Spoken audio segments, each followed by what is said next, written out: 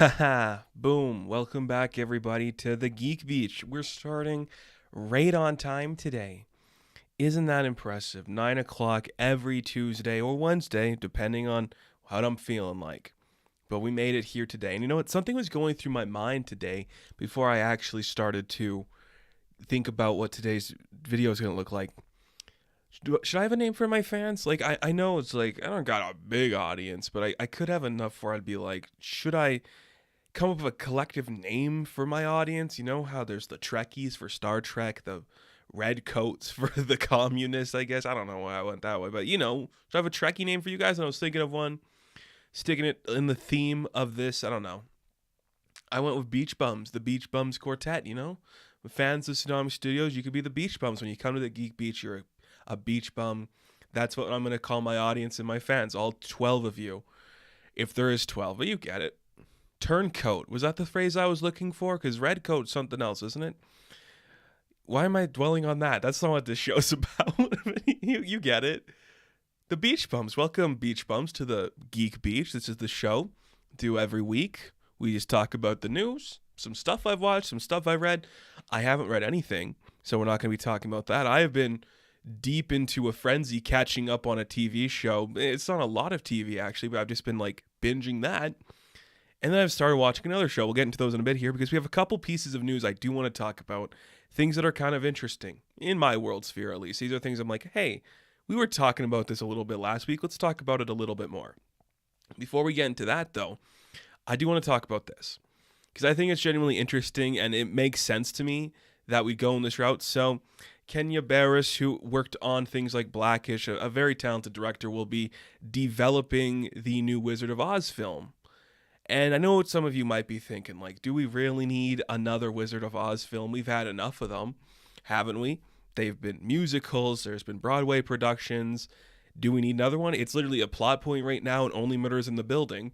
What I'm going to say is it's like one of those evergreen properties where you could just do whatever you want with it and it still works. It's like an IP house that anybody can pull from and do whatever they want with the Wizard of Oz. So if somebody's got like a weird interpretation of the Wizard of Oz they want to tell, I'm on board for it. Get it out in the world. I want to see what you got from it. There's so many interesting areas to explore because everybody and their brother knows Wizard of Oz, and every studio can delve into it a little bit and do something weird because you had like Return to Oz, which is dark and weird and stupid. And then Disney's like, what about a prequel where how did the Magic Man become magic? And it's bad, but it's still an idea. So if this is a property people want to work on, I saw there was 2 in development actually. This new one that Kenya's working on, and then there's one by New Line. And I just got to think, one of them's probably going to be really bad. The other one could be interesting. I don't know if any of the things that announced, though, hold up this idea that it could be like a West Side Story, just in terms of like a classic musical brought to life. I don't know if that's the direction people would want to go with The Wizard of Oz. And honestly, before we greenlight any more musicals, we should really see how Wicked's going to do, because they're splitting up Wicked into 2 parts. Because why? And I didn't even, that's also Wizard of Oz related. So, okay, why is this suddenly the hot property? I know why. It's because it's been a while since we did it, and people know it, and you could get it back in the popular zeitgeist, and everyone will have it. You get it, man. Wizard of Oz accepts all expectations are subverted. Does people have expectations for the Wizard of Oz there, dude? I don't think people care. We might be different, okay? Like the generation that's like obsessive with film and like, oh, this classic one from the 30s is great. Nobody else cares. Like standard people know the property, but nobody cares, right? So you could do whatever you want with it, and there's not gonna be anybody like, oh man, they ruined Wizard of Oz. It's like, sure, they did The Wiz. Who cares? You could do anything with Wizard of Oz and it will work just fine. That's just how I feel. Maybe there's like some diehard fans out there of the original source material that are like, you can't change this or do anything different. But everything anybody knows is based on the musical from the 30s with Judy Garland, so nobody gives a shit. You know, if you want to do something else, do it. You just don't have like... Do you think they would do like a CGI lion for the Cowardly Lion, or like a weird robot thing for the Tin Man? I want them to do like, get a guy in a big suit. Like if they're going to do it, Get a guy in a big lion suit who looks fat and uncomfortable and sweaty. Paint a guy gray for the Tin Man. Make it look stupid and cheap, but get a beautiful, talented cinematographer to make it look beautiful. I want it to look dumb and silly, but expansive. Or maybe we'll use today's technologies like we do with the volume for all these things, and we'll do a really weird, just CG version. I don't know. Just more Wizard of Oz. I'm here for it. A lot of it is bad, but it's an IP people know, so I'm fine if you want to ruin it too. Like, I genuinely don't think there's anything wrong with that. The fact that there's 2 in active development, that's weird, because whichever one's going to be first is going to be the one people remember, then everybody else is going to think it's going to be better. I agree, make it low budget, it'll be 10 times better. Man, that is true. If they say like $150 million for Wizard of Oz, you don't need $150 million for the Wizard of Oz. That is a lot of money, and it doesn't make sense for this. Like, I don't think, well, I know West Side Story was expensive, but I guess that budget could work for it, because we have the technology to do the CG backgrounds now. We don't have to like build these huge sets for like Munchkin Land or the Emerald City. So if you do like a straight up adaptation of like that thing people remember, you could do it on the cheap. I would say maybe 70 million. And that's not really cheap, but it's cheaper than what you could do for it, you know? Because remember Oz the Great and Powerful, that really weird movie where they just said, what if we tried to make this our franchise? I'm obsessed with that era of Disney before they acquired Marvel and Star Wars, where they're like, we got to get stuff for the boys. We're going to make a Lone Ranger film with a known cannibal now, which is very weird to think about. That Armie Hammer could have been the star of Disney's franchise. That would be weird. John Carter happened, and then they tried to do Tron again. And then they're like, what about Oz? You know, boys love The Wizard of Oz. We'll try to make an Oz film. Anything but a prequel, I think, would be great for Wizard of Oz. So we'll see what happens. I'm genuinely curious where this is going to go. I think it's going to be cool. I love seeing weird stuff like this, where Hollywood today is like, let's just rip stuff from classic Hollywood that people remember us fondly for and butcher it and make it something weird. There's been good interpretations. There's been bad ones. Either way, we'll follow the yellow brick road and see where we end up, probably in something that looks a little cheap, but also too expensive, which is the balance of Hollywood these days, isn't it? This is also something I wanted to bring up. It's another piece of news I think is just very fascinating. It kind of plays into something I was talking about last week, where we talked about Warner Brothers Discovery and their big merger and all this bullshit coming to like, oh, look, women can't like fandom stuff. They like lean back television. That doesn't matter. There's been a lot of conversation lately about the CW, which is a very interesting network that deserves its own video, and I'm not going to talk too much about their content right now. But the thing is, Warner Brothers Discovery partially owns stuff involved with the CW. I think it's Paramount also owns a portion of it, and maybe AT&T still technically owns that, but that was part of the Warner Brothers shit. Either way, you have 2 major studios-ish that are both like co-owners of this silly little network. They auctioned it off today, or a couple days ago, and they got a new majority shareholder for the CW. It is this local, they said like local to America network called Nexstar in America. I do not live in America. I know nothing about this place. All I know is it's interesting that they bought it, because they're really just showing you like, oh, we're going to do something completely different. And when I talked about the stuff with Warner Brothers Discovery and how they're like, we're slowing down some of the scripted content, just focusing on this for this demographic, I was like, this is the sign that's leading to the end of times when it comes to streaming. And I know the CW is not streaming.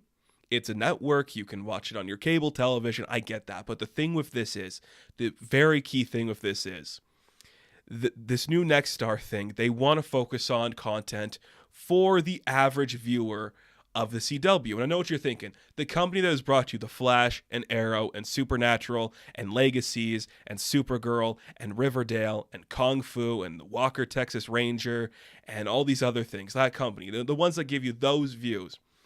Guess who their, I guess, biggest demographic is? 58-year-olds. You know, those pieces of content would have a huge cult following. The demographic for that network is 58-year-olds. And here's why that's happening. First off, people in my age graphic, I am in my mid-20s, people 18 to 30, who is the primary people watching these shows, they do not have cable television. You are streaming that through things like Amazon and Netflix. That is where you're watching these CW shows because they have deals kind of internationally to watch some of their programming on there. They are watching it there because cable is essentially dead to my generation. That's just how it is. I'm not going to say anything else about it. That is just how things are right now. It is what it is. So yes, the average demographic watching the network is people who are 58, who have television, who don't understand the difference between Netflix and Amazon and Apple and Hulu. That is who's watching the CW on television. So when that is your key demographic, those are not the people that are watching Supernatural every week. Those are not the people watching The Flash every week.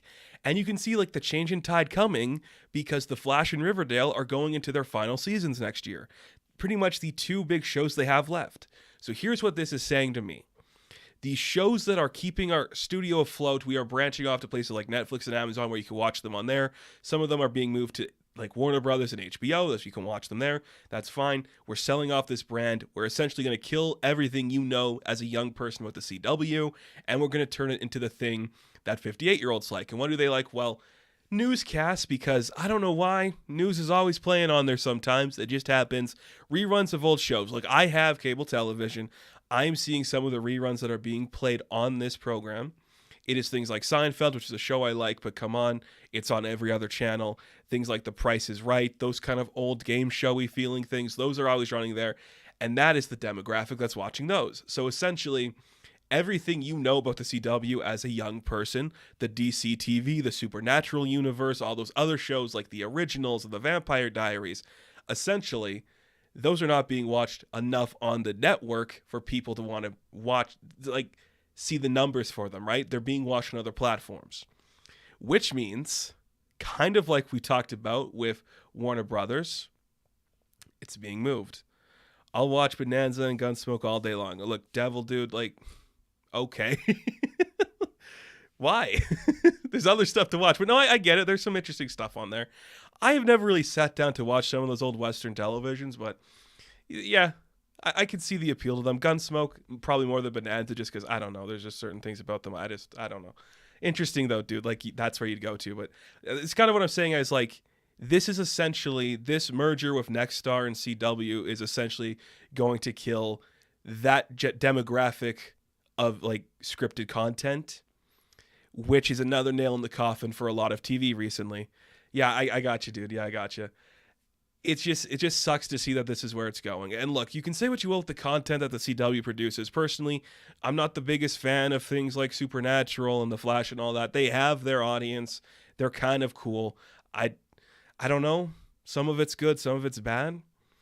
But the fact is, like, there are people who worked at the CW, and you see like a Stephen DeKnight who's done some amazing television and films after his career at the CW. He's like, I got all my experience doing my 66 episode stint on Smallville. It is a crucial part of just like getting your name out there, is doing a show on the CW because it helps you grow your brand and helps you understand this industry better. The fact that now we're moving away from that, and we're probably going to lose that entire new generation that could grow up learning and harnessing their craft on the CW to go into more expansive things. It really sucks. And again, it's this other thing that's happening. We are seeing the erasure, I don't know if that's the right word, but we are kind of erasing this certain demographic of content. Because I still stand by this. We're seeing slight changes, but this leads into another topic I want to bring up. We're seeing slight changes, but the CW is a network that has actively promoted people of color on their programs, people of different sexual orientations. They've had trans actors in leading roles in their programs, and we're seeing that kind of be pushed away for the content that the 58-year-old audience is going to want to see. And the thing with that is, I'm not saying anything about 58-year-olds. I'm not saying anything about that generation. I'm just going to say a lot more of that age demographic isn't in support of some of the things the CW shows have been doing before. And I'm not saying it's everybody. I'm just saying you can clearly see, like, oh, the people in charge of Nexstar are going to see the numbers of the people that are 58 watching those old reruns of those shows like Bonanza, apparently. No offense, dude. I just think that's weird. It's just like, okay, that's the demographic we got. So we don't have to promote a trans actor on Supergirl. We don't have to do Kung Fu, which is like an all-Asian cast. We don't have to do those things. That's not what our demographic wants. So we can just brush it to the side and give you more Seinfeld. And look, I like Seinfeld, but I'd rather see new shows take that time slot. I'll always have Seinfeld here. I want to see more programs and just more stories being told with diverse stories. And this is another thing, like Warner Brothers Discovery, where it feels like they're pushing away a certain time slot. And it just kind of upsets me. And that kind of leads into one thing. I don't want to spend too much time on this because I don't want to become like that guy where it's like, oh man, you're just shitting on a certain generation. Like old white dudes, you're just shitting on them. I don't want to say it like that, but I'm just saying with all of the announcements that we've seen Zaslav talk about, like, oh, we're canceling Batgirl and Gorgita Chronicles is gone and the Scooby-Doo cartoon is gone. Warner Brothers just greenlit a new show. I wish I remember the name of it, but it is Barry Levinson, it is Robert De Niro, and it is an old school gangster story, crime story, with old white men in their 70s. Now, I'm not saying anything about it. I don't think there's anything wrong with green-lighting a Robert De Niro-led crime thriller with an all old white dude cast. Like, I'll watch it. I think The Irishman was shit, but I'll still watch these, okay? My problem is, it's in bad taste to announce that, like the old white dude movie, aimed for old white dudes who grew up with Goodfellas and Casino in that generation, and then just be like, no, we're not going to show you the Batgirl film with a person of color lead. You don't need that. Here's an old white dude who's 70. That is the problem. That is the problem. And there's this clip going around from the film Elvis right now where it's just the scene where Tom Parker is hearing the radio song. He's like, he's white? He's white? And people are like, that's how Warner Brothers is thinking right now. Yeah, man. I was really looking forward to Batgirl Devil. Like, that was the one superhero movie where I was like, oh man, they are going to do something cool. I think they're going to take chances. I think they're going to try. Whether the audience expectation was there or not, because you hear comments where it was like, oh man, this scored badly in tests, and you're like, it apparently had the same test score as things like Shazam. So there's obviously a certain push going there. I guess it's because why dump that much money just on your streaming service that you're switching anyways to Discovery Plus. So I sadly get it from that standpoint. I just wish we weren't in this world where that's happening. It sucks, but that's where we are. The unfortunate world is we're going to be losing a lot more content like this. I've been saying it for a while since the announcement pretty much. I have said it in my personal life to people I talk to. I'm going to say it here again. This is the tip of the iceberg. Do you know how much content Netflix pumps out a week that we don't hear of? Just internationally too. The moment that they see like, oh, we can just cancel a show after it's been out for a week for tax write-off purposes is when we start losing a bunch of content. And I haven't talked about this aspect of things yet either. But Elena Smith, who is one of the showrunners for the show Dickinson, which Dickinson is one of my favorite shows that Apple has put out. I love Dickinson. It's a great show. She made this Twitter comment that really stuck out with me. She's like, when we finished the third season, I shouted and demanded, talking to the producers, like, I need at least one physical copy of this show for me. Not just like to wide release, because I don't think Dickinson's had the push for the wide release where you can get like DVDs and Blu-rays of it. But she's like, I need one physical copy of this. This show has been my life for 10 years. And the fact that they can just throw it away is scary. So she's like, I need the copy. She got the copy of the seasons of Dickinson just for herself, like a physical thing she can have. That is just so scary to me. Like, how is it like an artist or a creator would you feel comfortable putting your heart and soul into something, and if it doesn't perform perfectly at that moment, they can just can it? That scares me beyond belief. And I completely understand like buying physical media. I know it's a beating a dead horse at this point, but physical media is important. I don't do enough of it. I wish I had the space for physical media. As you can see, I'm kind of booked up. But if I could go out there and buy every movie on Blu-ray, I would. But the fact is, I'm just there too. And it's the same thing with comic books. It's the same thing with music. Look, Spotify's great. But if Spotify shut down tomorrow, are you going to be able to listen to all your music? You should buy the albums, like physical copies of the albums. Get yourself a record player or something just to have those physical copies. It is important because at any moment, the world could literally fall apart and then we wouldn't have anything, you know? Here in Canada, I think it was like a month ago now, there was this huge like Rogers and AT&T like outage where like everything went down from it. Like you could barely access the internet. You couldn't use your debit cards or an ATM machine. Imagine that on like a global scale and suddenly you can't do anything and you want to like relax or just like escape for a minute from the chaos ensuing and you can't access Spotify, you can't get on Netflix.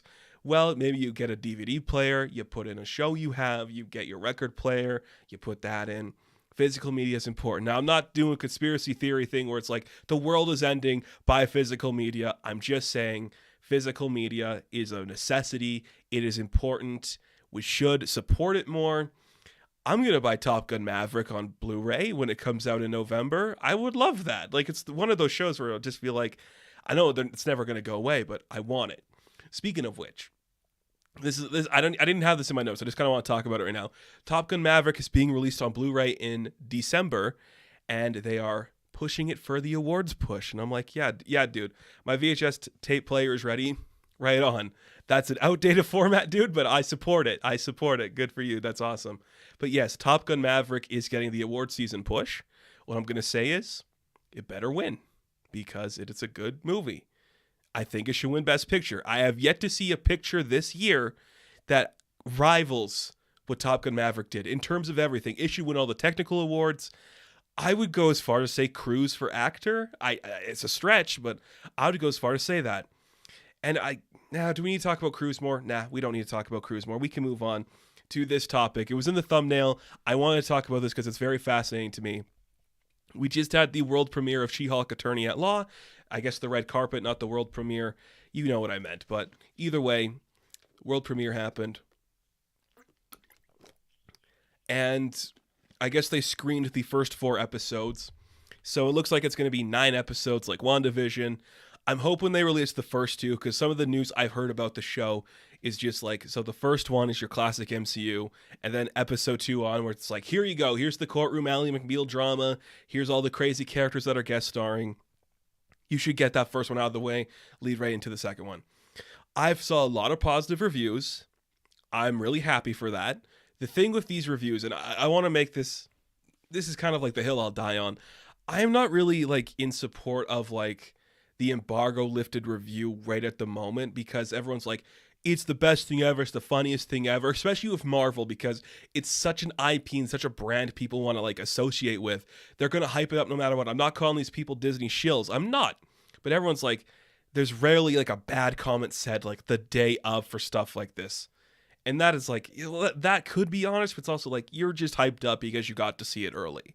And look, if Disney said, hey, we're going to give you the first couple episodes of Secret Invasion to talk about here, I'd probably say some good stuff too, but I could also just be like, why? You know I'm not going to say a lot of positive about it, so okay, whatever. So the reviews for She-Hulk, getting back on track a little bit here before I shit any chance I have of getting Disney to support this channel. Getting back to She-Hulk, the reviews are pretty positive. I've read a couple people that I trust and respect that say it's iffy, the jokes don't always land, and there's a lot of low points in the show, even in terms of the VFX. And I'm never going to criticize VFX again until those people get better payment. So, not the VFX is the problem. The jokes don't land. It's paced weird. I'm hearing some of those comments from people I respect in the industry. So, that being said, I just want to say this first, kind of like before we get into everything. I'm going to be doing my reviews for She-Hulk every week. It is the one show at Marvel where I was genuinely like, okay, this is a concept that works for television. I'm a massive Moon Knight fan, if you could see behind me. And I was like, okay, Moon Knight for television, I guess that makes sense. The show was a mixed bag for me. Ultimately, I think I was disappointed by it. So far, out of every single show that Marvel Disney has put out, WandaVision and Miss Marvel are the only 2 I think justify themselves being a television series. Miss Marvel is like, what if we actually structured this like a weekly show? Kind of like The Boys does. And that's why The Boys impress me, because they structure it like a weekly show. And WandaVision's like, well, each episode's a different decade of sitcoms. And I'm like, yeah, you're right. That does work for the television format, doesn't it? Everything else hasn't earned that right. She-Hulk could be the one where I'm also like, okay, this could definitely fit as a TV show. What do you got for me? Sounds like it's going to be episodic courtroom dramas, supporting cast of characters. That's very exciting. Saying that too, I'm going to put it out here. I kind of said it before on a couple of social media sites. She-Hulk will be the last Marvel show I talk about extensively week to week. And the thing for that is I don't like talking about them too much. I think it's an oversaturated market at this point where anybody who talks about geekdom is like, well, here's our live stream talking about Miss Marvel episode 4 and why it's bad here. And here's our weekly reviews for every episode of Falcon and Winter Soldier. It is too much to handle. And when it's all really mediocre and not interesting, I don't have a lot to say about it. I've done almost every show. The ones I didn't do were What If and Loki, but I've done every other show. And when I'm halfway through Hawkeye and I'm like, if I keep this up, I'm going to lose my mind because Hawkeye is the worst piece of content they've ever put out. I can't do it anymore. I can't. So I am just like, I got to get through She-Hulk because this is a character that means a lot to me. I don't get to talk about She-Hulk a lot on this channel, and I understand that. I just want to say, she to me is one of those characters at Marvel that if they pushed her right, could represent your Wonder Woman level character. The problem is, they have never pushed her right ever. There's been certain interpretations that people love. I'm a fan of the John Byrne era of stuff. The Sensational She-Hulk is awesome.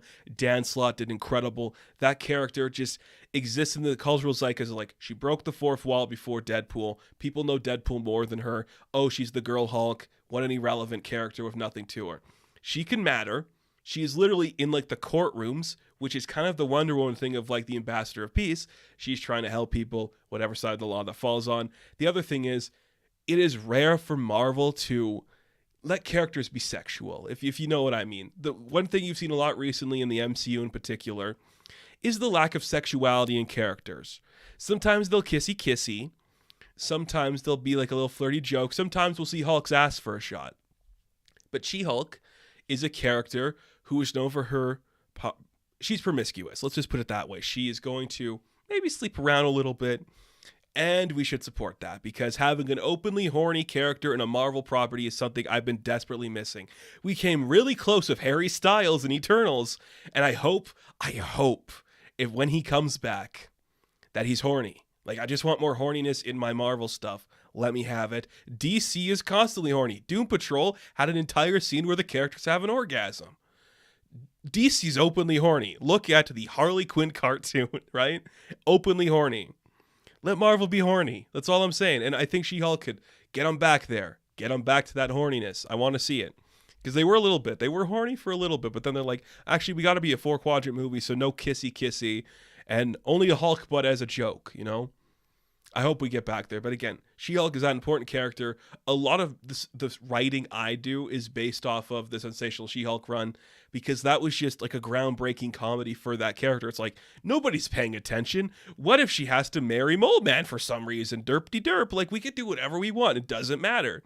And then Slott's like, you're right, it doesn't matter. But guess what? What if that's a real story? And what if she works for superhuman law? So we go to the courtrooms, superhumans doing weird stuff. It's fun. The character's fun.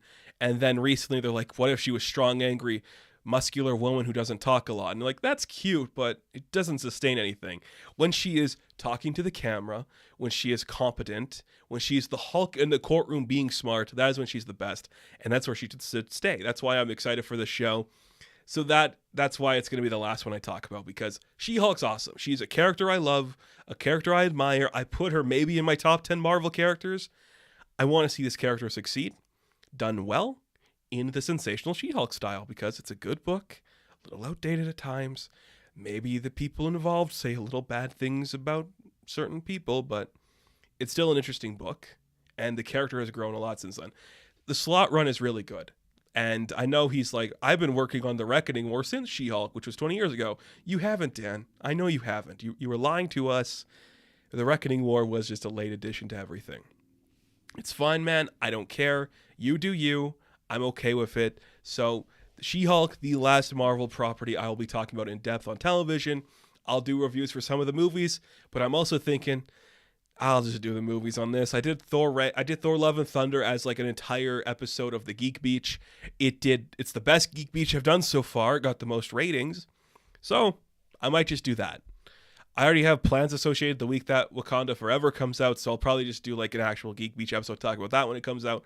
But just so anybody knows, if anybody's been following the channel a lot, She-Hulk will be the last time I go in depth on any of these shows, unless they do something that genuinely surprises me and merits me to talk about it in depth, because what they've announced so far, you can hear it by anybody else that does what I do.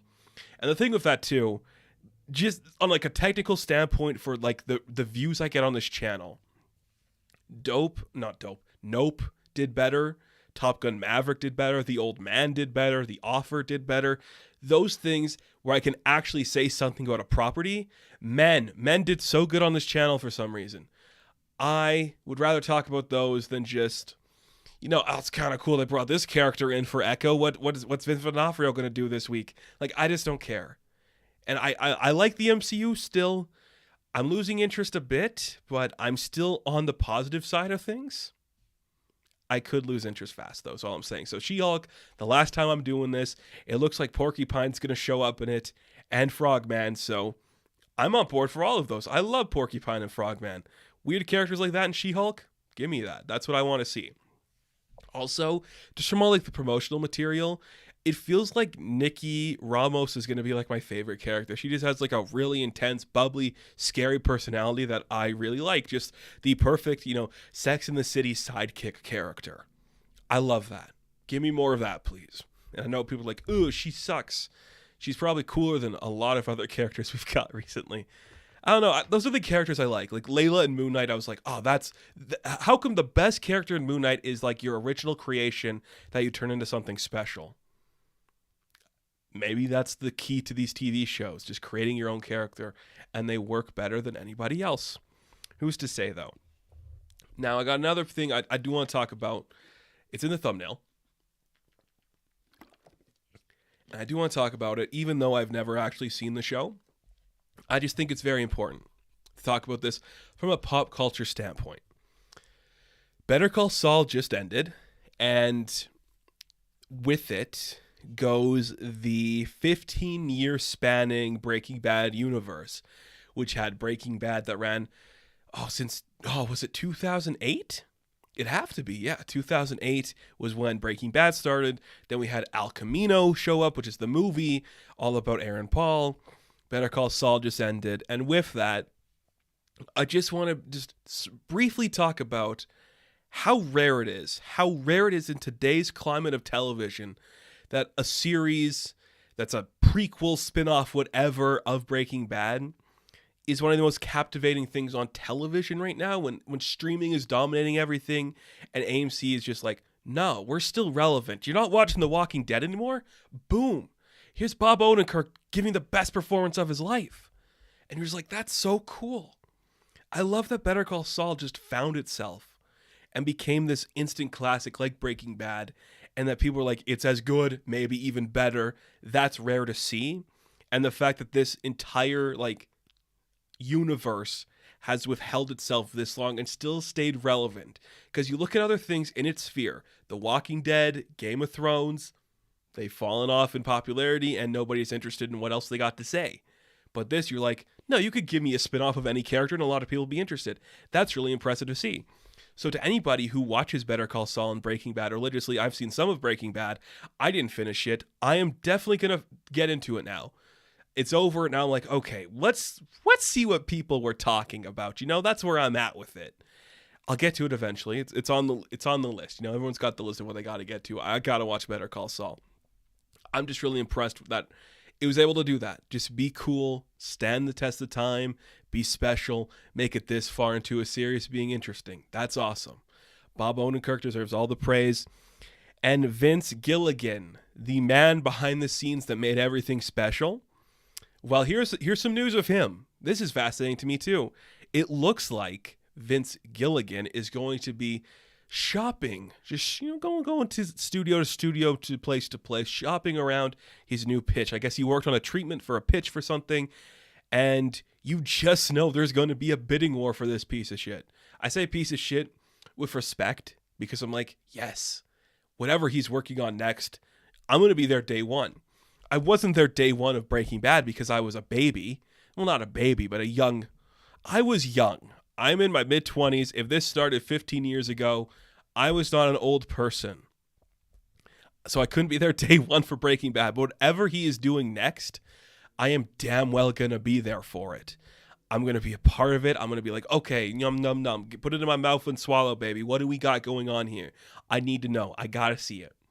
Because he's a talented creator. He knows how to pace television so well and get the perfect talent behind the scenes to direct stuff. So I gotta see what he's doing next. I can't wait. It's not in the Breaking Bad universe. It's something completely original. I gotta see it. Whatever it's gonna be. I hope it's cool. I hope it's something compelling. And I don't want it to become like a comic booky thing, where it's like, oh man, he's doing like a weird take on comic books. Because what's his name? Inardo, I think, the guy that does like Veep and one of my favorite shows, Avenue 5. He's doing a new thing called The Franchise, which is just like, what if it's Veep, but it's like making a superhero movie? And I'm like, I know what that is. Shut up. Like, I don't care about that. Just make Avenue 5 season 2 already. You promised it me for like 2 years now. Give me it. That's what I want. But I'm just like, okay, Vince Gilligan's making something new. What's that going to be? Okay, I'm on board to see how that's going to go. That's going to be a fun, creative thing to do. That's all the news I have, and that took up a lot more time than I expected. We have a couple of shows to talk about, not a lot. I have been catching up on a couple things of television recently. There's a few things that came out this year that, one, I couldn't see on the channels they debuted on, and two, I just didn't have the time to do it, so I caught up on a couple shows. The first 3 episodes of The Bear came out on Disney Plus, where I'm in Canada.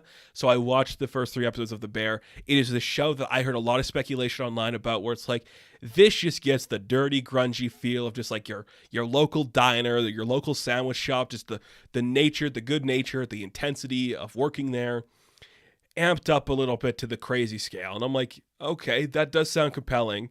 I was a big fan of Pig, which is the film that Nicolas Cage did, where he's like, I got to get my truffle pig back. It's awesome. Pig is fantastic. And I'm like, is it going to feel like that? It kind of feels like that if everybody was just like on meth, where there's like no moment to breathe, no moment to just pause and relax. Everyone's just screaming at each other, trying to bake things a certain way. They're burning things. People could get hurt. It's dangerous. You feel unsafe. But there's also something very like sincere about it, where it's almost sweet in that way. I dig it. Like, The Bear is very compelling, and it's very interesting.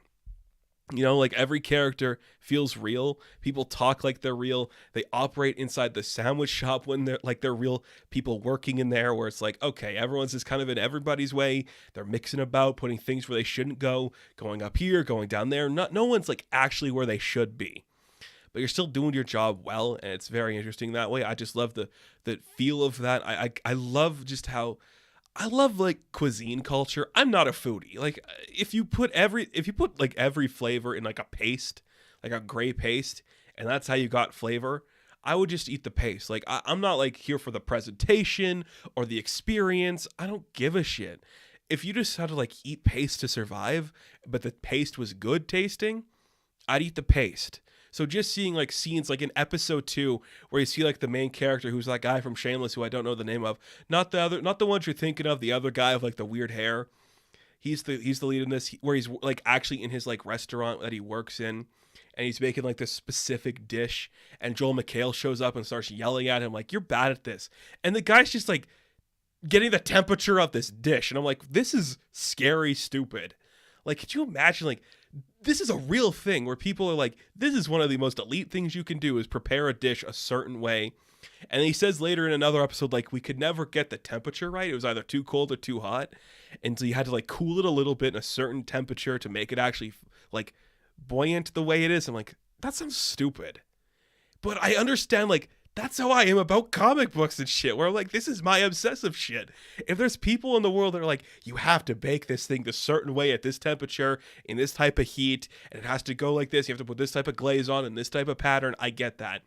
And then just like, you have that, and then it's like, we're just making meat, throw the spaghetti in a pot, boil it up, cut some freaking onions, call it a day, while you're having an existential crisis about your life, while you're going to like these Alcoholic Anonymous meetings because your life is falling apart. You're like, this is So weird, but it's so good. It's so gripping. The dialogue is so intense. It's so claustrophobic, and I just really like that feeling where at any moment you could just like snap, and any moment you could like the scenes where everyone's yelling at each other, like in the behind the scenes, like in like actual cooking prep.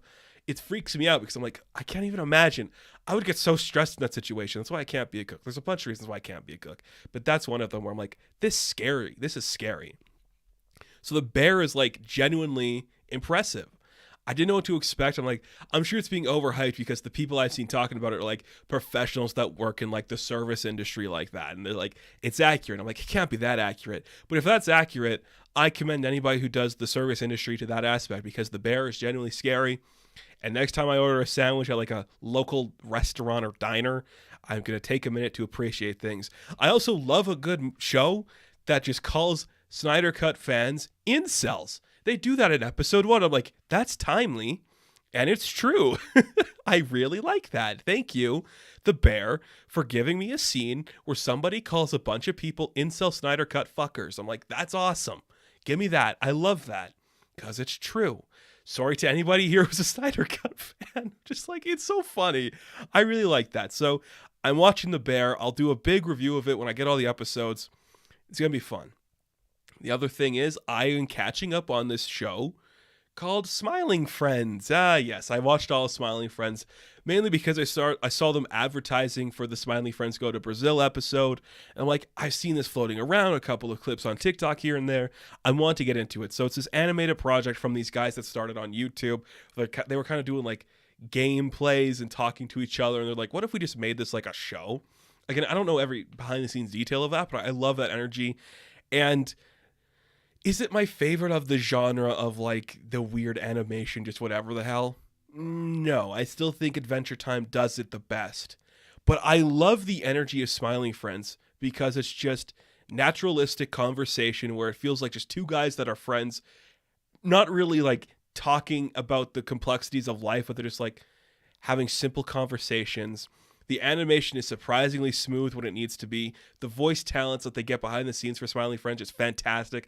I love every just minor character that shows up in Smiling Friends. And it's just a really complex, stupid joke that all of it feels like a joke. Smiling Friends just feels like this really weird joke that internet people are in on.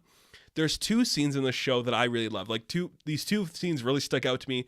The first one is when Charlie and Pim are talking about the Renaissance men, and it's like, oh, the Renaissance men are coming to town. He's like, what does that mean? Like, what is that? I don't know what that is. Like, what are they? He's like, I don't know. I'm just reading it here. They're coming to town.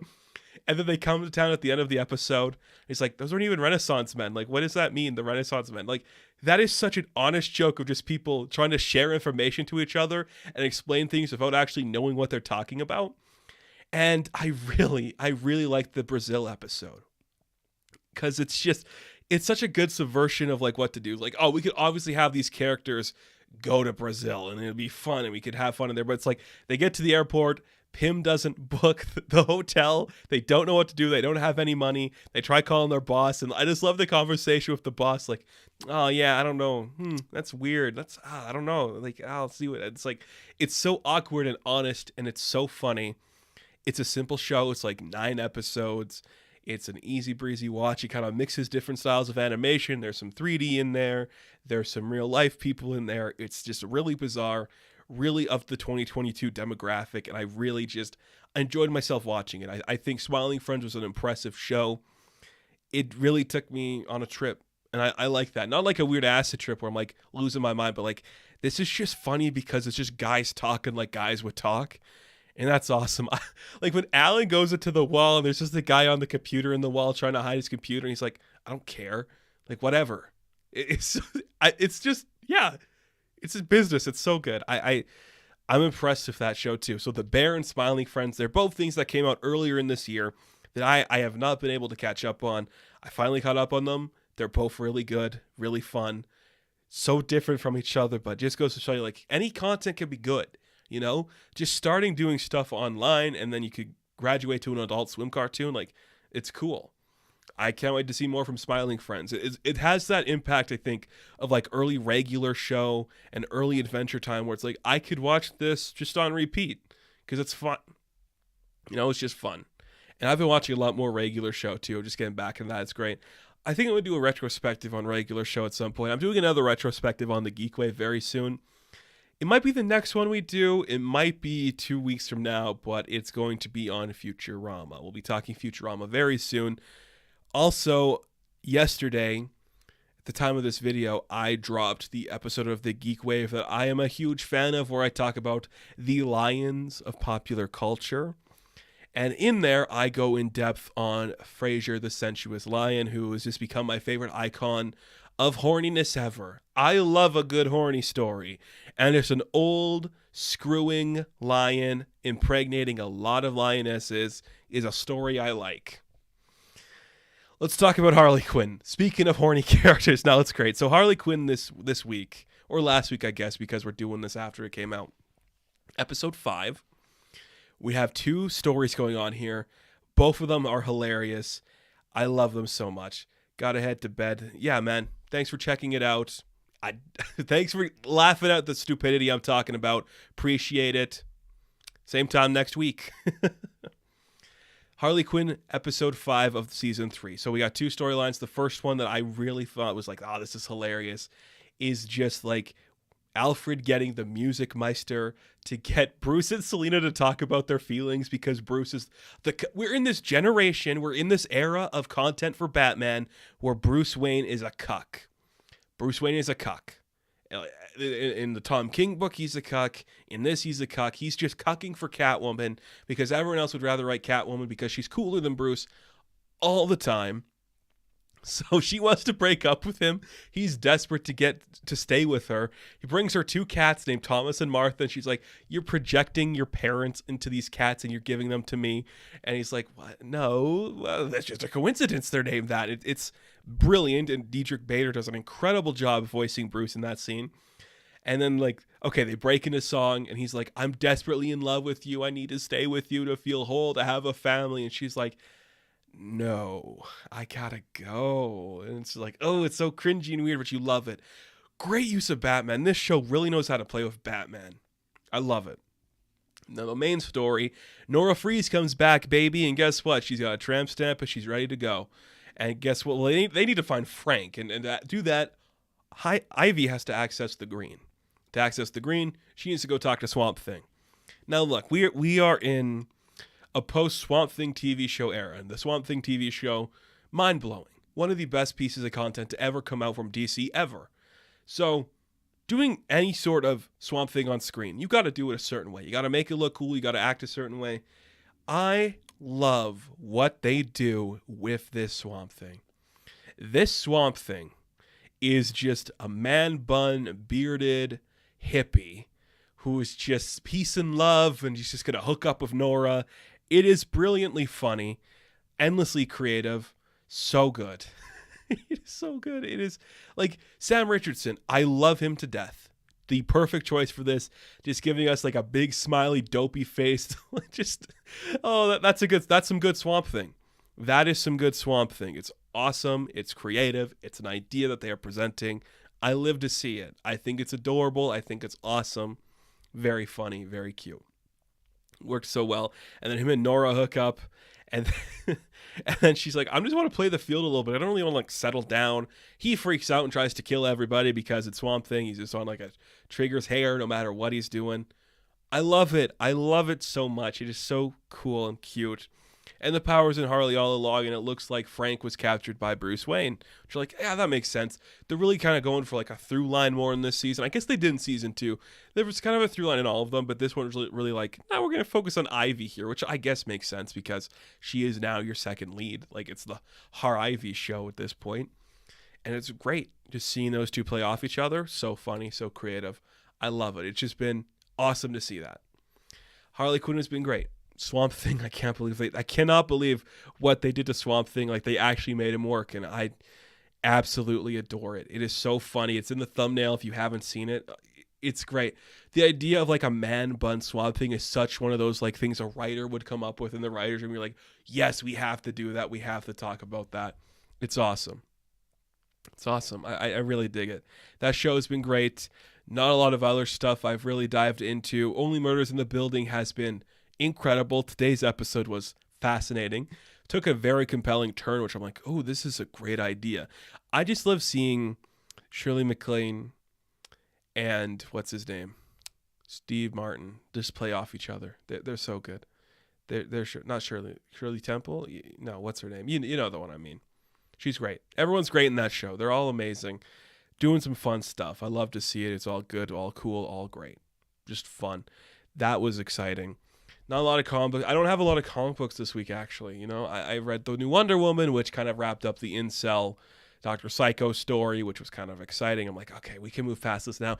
I liked it, but I'm also like, you've done enough of it where I think we should move past it into a new direction. I just hope this book gets bigger, if that makes sense. It feels like it's been stale, just not going anywhere. I just hope it finds its footing and grows into something else very special. But we'll see what happens. It could go any direction. Very fun. And then I just did Batman, Superman, World's Finest before I came on here. Great issue for Dick Grayson. That was really cool to see. I love that. Very fun. Very creative. I'm really digging it, man. Just some good stuff all around. And then we have Miss Marvel and Moon Knight tomorrow, which I cannot wait to read. That's going to be fun. And Resident Alien. I'm back doing reviews for Resident Alien. I didn't talk about it because I've been talking about it extensively last week in the video. Then, great stuff. Resident Alien continues to be amazing. Very funny. Season 3, that's getting a Season 3. Is it going to replace the Better Call Saul spot of like the best prestigious television not on a streaming service? Probably not, but it's still cool to see. 3 seasons of a show on Sci-Fi. That's really cool. We don't get that much anymore. I like to see it. Very fun. But you know what? We had the kids head away to bed. I think we're going to have to say goodnight. That's going to do it for this episode of the Geek Beach. Be sure to like and subscribe to the channel. As always, you can check me out on Instagram, TikTok, and Twitter. And as always, I will catch you in the next one. Good night, my sweets. And I'll get you my pretties. Have fun. Stay safe. Good luck.